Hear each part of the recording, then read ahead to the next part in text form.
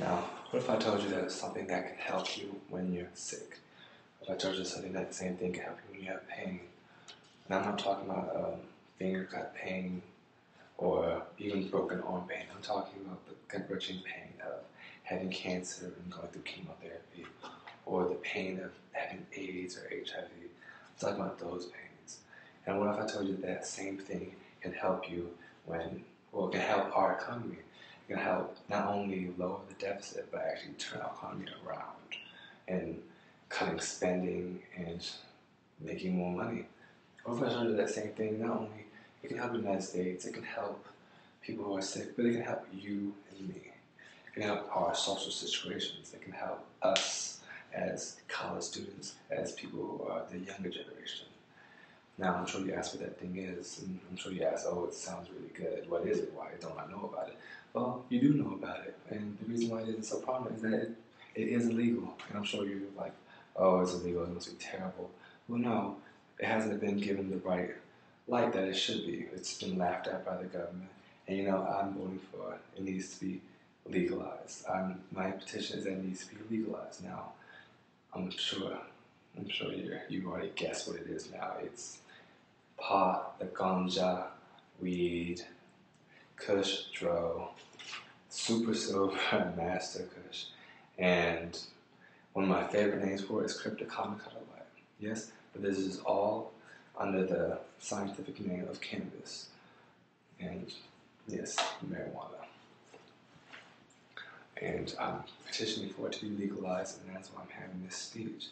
Now, I'm giving this speech because I'm not talking about we all know about the coolness of it, the cool after school specials. We know all the rappers that talk about it, all the rock stars that talk about it, and the fact that there's TV shows and internet's about it. It's funny, there have been movies about it, but those are all funny and to be laughed at.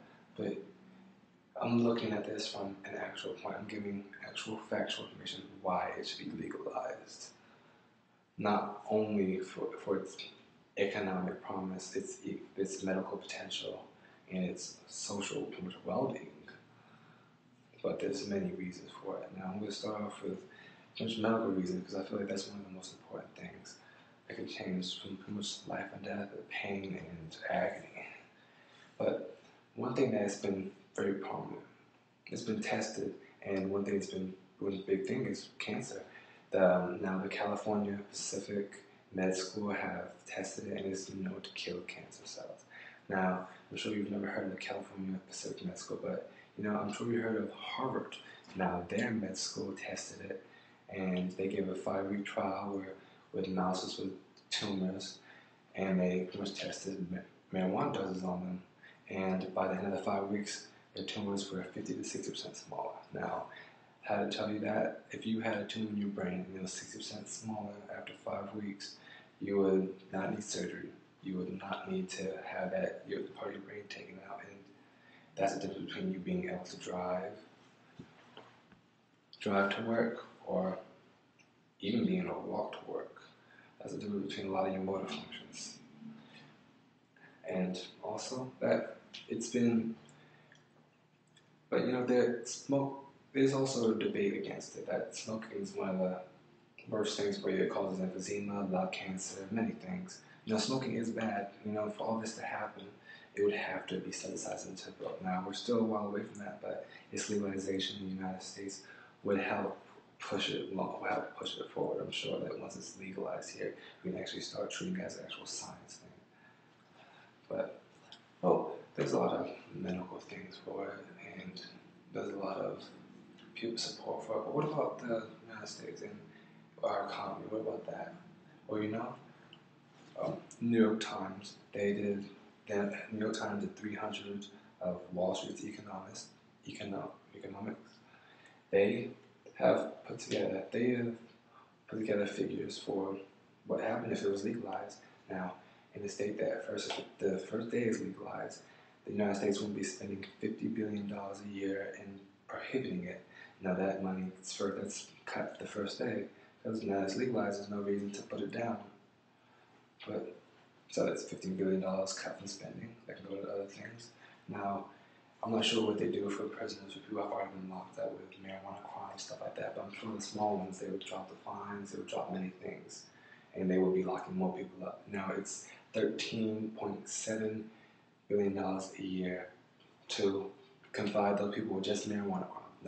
No fighting crime, nothing hurting anybody else, and nothing more bigger, no cocaine or heroin crimes. But just marijuana. Now, that would be cut. I'm not sure to what angle it would be cut. I'm going to give it, I'm going to say a number of 10 billion because I'm not sure what they would do with so people would be released from prison or anything like that.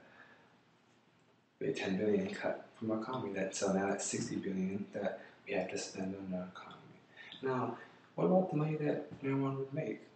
Well, the New York Times also has another article about Oakland. Oakland has they're just legalizing marijuana. Their medical marijuana is the only thing legalized. Now they built stores selling it for medical purposes, and that turns out to be 3% of their tax revenue for this year, or for the year of 2011, which, that doesn't sound like a lot. It's also $1.4 million, which doesn't sound like a lot. First of all, that's money just added to it, so nothing taken away for it. But what about the United States? What if 3% of our money came from it?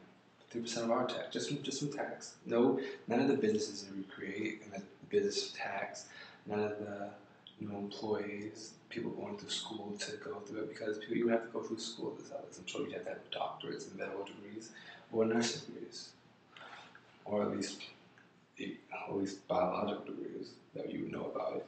But the 3% of the United States, that would come to about $60 billion from what economics say from the New York Times and from what they know from Wall Street.